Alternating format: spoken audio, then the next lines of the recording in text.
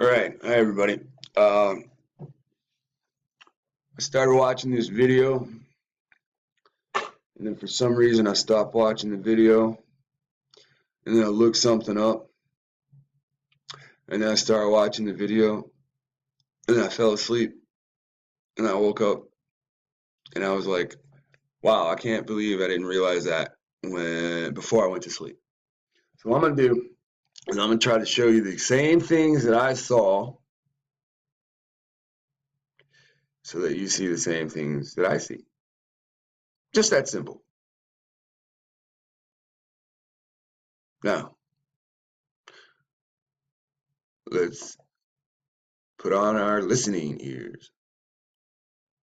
During his quest for fame, the cedar forest is described in the tablets 4 through 6 as the great epic of Gilgamesh.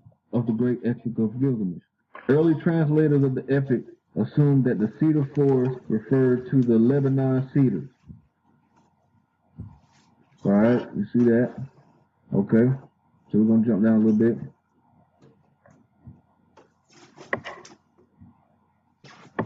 Okay, it says Tablet 4 in the Epic of Gilgamesh. Tablet 4 tells the story of the journey to the Cedar Forest. On each day of the six-day journey, Gilgamesh prays to Shamash.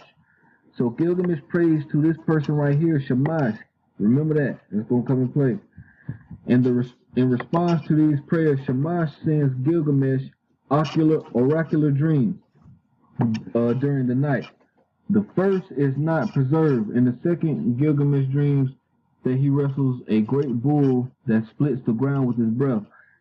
Enkidu interprets the dream of Gilgamesh. The dream means that Shamash, the bull, will protect Gilgamesh. And the third, so y'all can dig on this right here. You know what I'm saying? The Epic of Gilgamesh, talking about the epic through the cedar forests that was guarded by the demon Humbaba, and as well as Gilgamesh being a prophet or servant of this god Shamash. So we're gonna jump down a little bit. Okay, so up here, right here, it says, at the entrance to the cedar forest, Gilgamesh begins to quake with fear. He prays to Shamash, reminding him that he had promised Ninth Son that he would be safe. Shamash calls down from heaven, ordering him to enter the forest because Humbaba is not wearing his armor. The demon Humbaba, so Humbaba is a demon, check that out, wears 7 coats of armor, but now he is only wearing 1. So he is particularly vulnerable. Enkidu loses his courage and turns back. Gilgamesh falls on him, and they have a great fight. Hearing the clash of the fight, Humbaba comes stalking out of the cedar forest to challenge the intruders. A large part of the tablet is missing here. On the one part of the tablet still remaining, Gilgamesh convinced Enkidu that they should stand together against the demon. So yeah, that's just something on that. Y'all can go check it out. Right here, I'm gonna just catch this. It says Gilgamesh and Enkidu cut down the cedar forest, in the particular the tallest of the cedar trees, to make a great cedar gate in the city of Nippur. They built a raft out of cedar and floated down the Euphrates to their city. Because remember, you know what I'm saying, the 10 tribes of Israel even crossed the Euphrates to get to Assyria for place to city. So it would make sense, you know what I'm saying, that from a cedar forest, you know what I'm saying, they was able to float down to the Euphrates to their city. Alright, so scrolling down a little bit on this page, you see this right here where it says, see also cedars of God. We're going to click on that. It say the cedars of God, or the cedars of the Lord. Look, Ars Arab is one of the last vestiges of the extensive forest of the Lebanon cedar that once thrived across Mount Lebanon in ancient times. Their timber was exploited by the Phoenicians, Egyptians, Assyrians, Babylonians, Persians, Romans, Israelites, and Turks. Look at that. And the wood is prized by Egyptians for shipbuilding, and the Ottoman Empire used cedars for railway construction. All right, let's jump down a little bit. Say the mountains of Lebanon, one shaded by thick cedar trees. Okay. You can dig on all that. It said, look, check this out. This forest, once protected by the Sumerian god Enlil, was completely bared of its trees when humans entered its grounds around 4,000 years. Okay. But after winning the battle against the guardians of the forest, the demigods, the story also tells that Gilgamesh used cedar wood to build his city. Okay, you got some more information over here, right here, about cedar, but I want to jump down a little bit.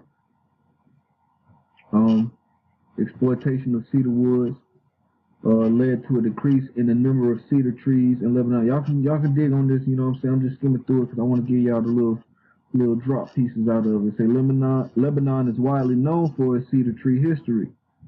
It say this case on the slopes of Mount Magmel over the tower over the Kadesh Valley, where the cedars of God are found. So by the Kadesh Valley, the cedars of God are found. Let's click on this Kadesh Valley for a second. Kadesh Valley, holy, sometimes called Holy Valley, because you know in the Hebrew, Kadesh means holy, right?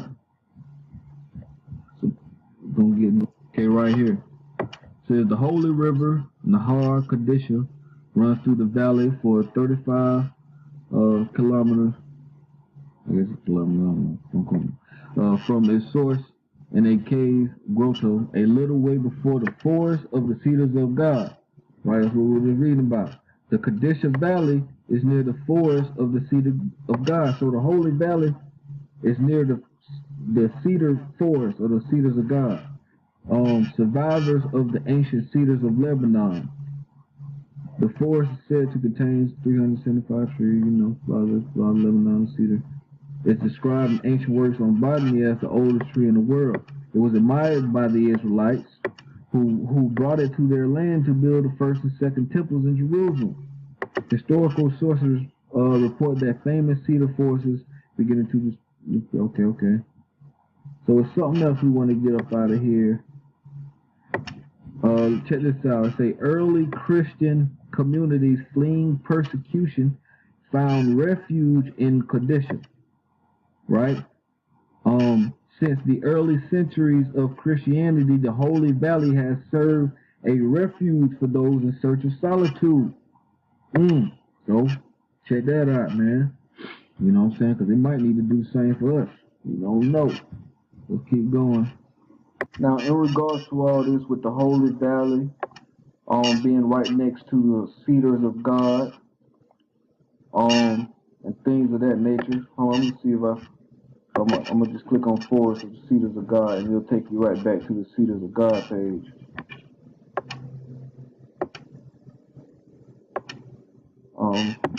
It said in 1998 the Cedars of God were added to the UNESCO list of World Heritage Sites. Okay, so see if there's anything else in it.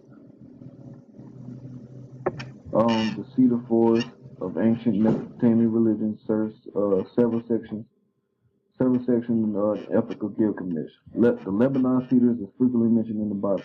Okay, so now check this out. We're going to jump over here to Ezekiel, right? Ezekiel chapter 31. Check out what this verse right here says in verse 8. It says, the cedars in the garden of God could not hide him.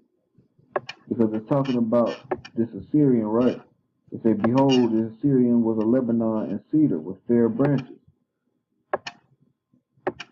It says the cedar in the garden of God could not hide him. The fir trees were not like his boughs, and the chestnut trees were not like his branches, nor any tree in the garden of God was like unto him in his beauty. That is just a little funny because check this out too. I have made him fair by the multitude of his branches. So that all the trees of Eden that were in the garden of God envied him. So in Eden, and in the garden of God, you got these cedars. Okay, that's a little funny because right here, you got Garden of the Gods right next to Utah and Colorado. You know what I'm saying? That's just crazy right there. Click on some images. See if it'll show us some images. to add some images. Nope. Yeah, so look at this place, and it's full of cedar. It's full of juniper wood too. You know what I'm saying? So check that out. Okay, so like the verse say, you know what I'm saying, the garden of gods or whatnot. The garden of God is being associated with cedar, as was stated in the verse, right? And it also brung up Eden, right? So we got cedars in the garden of the God. Now, the page told you that the cedars of God, or the cedars of the Lord, is the extensive forest of the Lebanon cedars. But check this out right here too. Eden is a mountainous town situated in the heart of the northern mountains of Lebanon and the Mount Lebanon range. Eden is derived from Aramaic meaning mountain, the mountain's base and slope. The location of Eden at the base of Marsarkes Mountain supports this explanation. They say the name of Eden comes from Adon. Adonis meaning power, stability, tranquility. It is corroborated, whatever, by the Arabic root HDN, meaning steadiness, calm, fertility. Adon means also the base and the mountaintop, the base and the mountaintop, translating into the top of the mountain and its base. So, I would say, leaning toward the conclusion that Eden's name is derived from Eden, where Adam and Eve lived following their exit from paradise. So, you know what I'm saying? Y'all can dig on that right there. Check out the Wikipedia page on Eden. You know, look at that. You know, so you got Eden being associated with Lebanon, which is the place of cedar trees, as well as the Garden of God being associated with the cedars, the cedar in the Garden of God. You see what I'm saying? All associated with cedar trees and Lebanon. So dig on that. Let's get back to some of this Gilgamesh information. Alright, man, appreciate y'all for rocking with me so far, man. This is where it's starting to get real good. You know what I'm saying? When these pieces starting to fall together a little bit. So just bear with me. So remember we was reading about the cedar forest in the Mesopotamian mythology and how it was guarded by the demigod Humbaba, right? As well as Gilgamesh, on the way to this cedar forest, he was basically like a prophet or servant of this god right here, Shamash. So we're going to dig on to see who these people is, Shamash and Humbaba. So Shamash, was the solar deity. Check that out. Solar deity. That's basically a sun god. See what I'm saying? A sun god. So the solar deity or sun god in ancient Semitic religion corresponding to the Sumerian god Utu. So check that out. Okay, Shamash was also the god of justice in Babylon and Assyria. Alright, let's see if there's anything else we need to get on him from this particular page.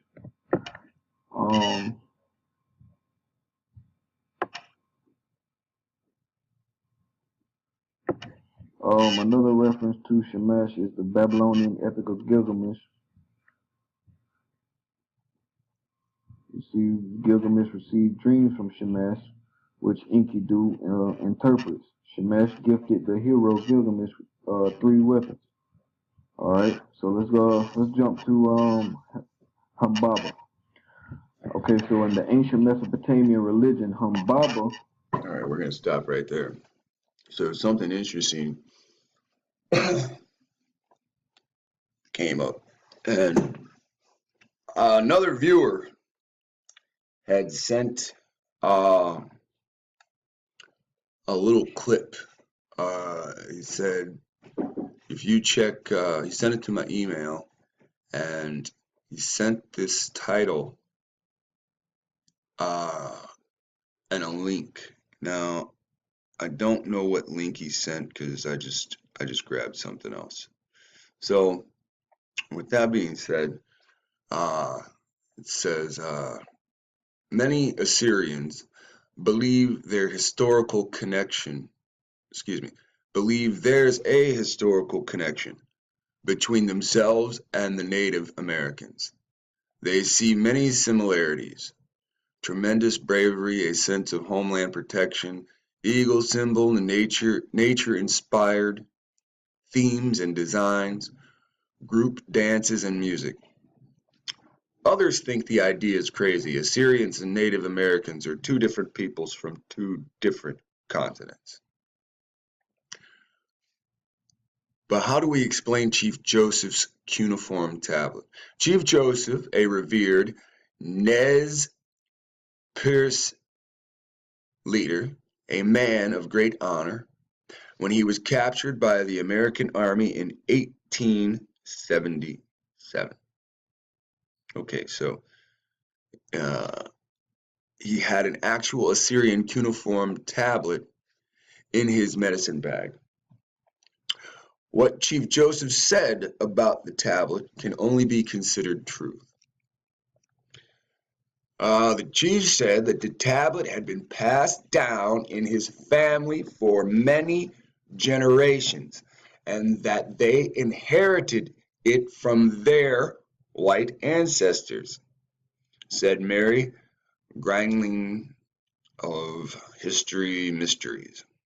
Chief Joseph said that the white men had come among his ancestors long ago and had taught his people many things. His story echoes those told by Native Americans in both North and South America about white culture bringers. But in this case, Chief Joseph had a souvenir to demonstrate the truth of his story. The ancient tablet is made of baked clay and is 1 square inch in size. The cuneiform writing translates into a receipt for a lamb and dates to about 2042 BC. The tablet was presumed to have been made in southern Iraq. The mystery of Chief Joseph's tablet also had supporting evidence. In 1963, a cuneiform tablet found in Georgia by Mrs. Jo Hearn as she dug in her garden. It was written in the Sumerian language by a scribe named Enlil and dates to about 2040 BC. The Hearn tablet, the Mrs. Jo Hearn tablet, records the sale of a sheep and goats, which were apparently transported to America for sacrifice to the gods. Dr. Joseph Mahan thinks the Hearn tablet was made here using the lost wax method because other molten lead pieces with the same patina were also found on her property. It says, Gloria Farley from Oklahoma is a researcher interested in pre-Columbian visitors to North America. In 1980, a small, heavy black stone found near Hagen was brought to her home for her opinion. The design resembled a flower with a complicated base. And this is the piece right here. Borrowing the stone, I made a latex mold, and my son Mark Farley obtained a clear photograph, both of which we sent to Dr. Barry Fell. Farley said his returning telephone call told me that he believed the find to be of great importance. as the design resembles the seal of ancient Dilmun of the Arabian Gulf. This is the name which the Arabs give to the Persian Gulf. Dilum was located mainly on the island of Bahrain. The inscription, said Dr. Fell, appears to employ the ideographs used by Dalumian scribes, especially the one for Inanna, the goddess of love and the queen of heaven. Now here we have Inanna, queen of heaven, right? He told me that Inanna also related to the Sumerians. Sumar is now modern Iraq. If Assyrians did come from these lands so long ago, how did they do it? All we know is that the evidence suggests Native Americans and Assyrians did have ancient connections, and those who believe this theory might not be so crazy after all. Now, that's interesting, but there's more. So this is the piece that he carried that you see right here. All right, and we're gonna go. Chief Joseph carried the Star of Ashur. Now, when I'm watching this video and the Star of Ashur appears right there, it kind of grabbed me. I was like, wow. Not only do one of these tribes, claim to be Assyrian, it doesn't matter if all of them have the Assyrian blood. It's just the connection, it shows the plug fits into this socket in the wall, So we go over here, there's a couple of things. This is people arguing the same thing. Assyrian Times, this one comes up. I think we already have this. It's what we're about to read, I think, or, yeah. All right, that's same thing right here. All right, Assyrian Times. So, we've read this one, so let's move this one over. Now we have these two to read.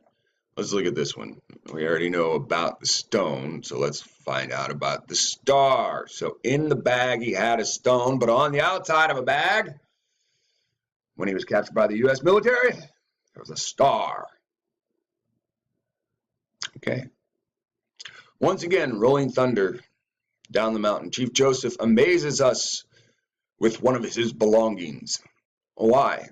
Only a thief worries about other people's belongings, right? So, the United States government's in the middle of stealing the land from the people that are on it. Whether it be these guys or the other guys. All right. And at this time, it is not Chief Joseph's Assyrian cuneiform tablet, the 1 inch by 1 inch tablet that is found, but the Star of Ashur insignia he amazingly carried on his bag. And there you can see him in his bag right there. And that's the star. Now, as you can see, there's a little ninja star right there, a 4-pointed ninja star in the very center, right where the little marker is. Now let's go over here. I said let's go over here, and there's the little 4-pointed star right here. That's the ninja star, right? I'm just saying ninja star because it looks like a ninja star. It has no connection to ninjas in history. I'm just being dorkish. Now when we go back over here, and we can see the leaves come from the star, right? So it's no longer a 4-pointed star. It makes it an 8-pointed star, right? So when we go over here, we see the 4 waves coming from the open angles that aren't being used by the 4-pointed star, right? So now we got 8 points. All right, so here's what it says. I recently came across 2 pictures of Joseph that clearly displays the Star of Ashur. The star is the sacred insignia of the people of Mesopotamia. Now, we've got a clear connection between Mesopotamia and Mesoamerica, don't we? It doesn't matter if it's the connection we're looking for, because we just want the truth. period. Carried during their long history. The insignia today, it can be found on the Assyrian national flag. Now, Chief Joseph, the honorable leader of the Nez Perce American Indians tribe, after a long, bloody battle with the American army, he surrendered in 1877. In his medicine bag, the army found an Assyrian cuneiform tablet dated back 2042 BC. The cuneiform was the first cuneiform found in America, and it reads, "They all received one lamb from Abashega on the 11th day of the month of the festival of An, in the year that Enmagalana was installed as high priestess of Nana." Now we are Mary grinding the history's mystery, right? The chief said that the tablet has been passed down in his family for many generations, that he had inherited from their white ancestors. Chief Joseph said that white men had come among his ancestors long ago, taught his people many things. His history echoes those told by Native Americans in both North and South America about white culture bringers, but in this case, Joseph had a souvenir to demonstrate the truth of his story. Could it be that the chief had another souvenir from his past to prove his story? Considering the uniqueness of the insignia and the significance of the other Assyrian objects found in America, published in A Common History of Assyrians and Native Americans. What we just read prior to this, right? What we just read prior to this. Because they're showing different artifacts are found, not just one. Now,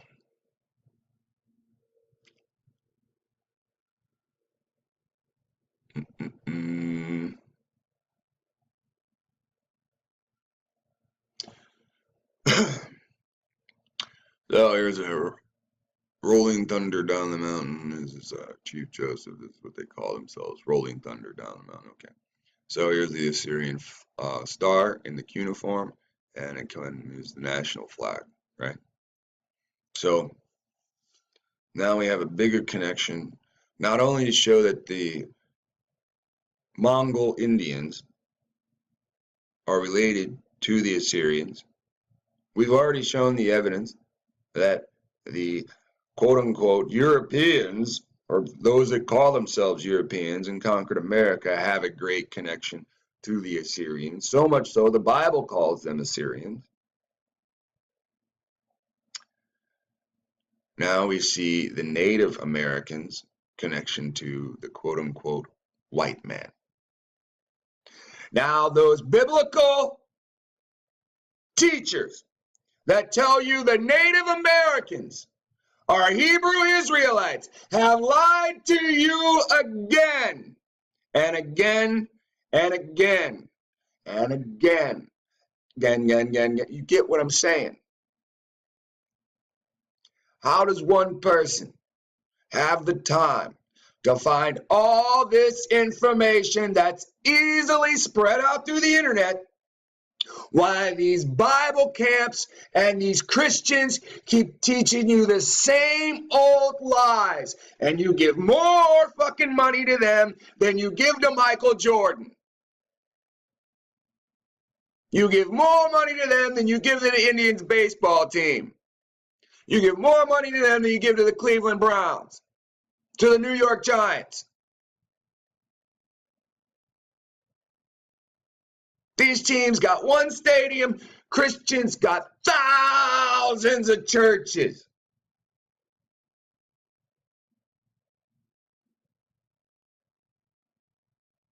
You have a problem with me because I cuss. These people come online every weekend and teach you that these are your relatives. I'll play a game with you. Everybody says you're African American. And then you always hear, if you African American, why Africa ain't come and save you from your slavery? Why would we have to even say that? If these people are supposed to be of some relation to us, where were they during our slavery? Oh, well, they were enslaving us too. Now, isn't that something? They were right there enslaving us too. You built the place and called it holy, and they come and stomp it down. And they burn it down, and they set up temples for you to worship at. Why the fuck does every goddamn nation on the face of the earth give a fuck what the Negro or the black man is worshiping? Why is that so important? Somebody better figure this out. It seems to be the root of all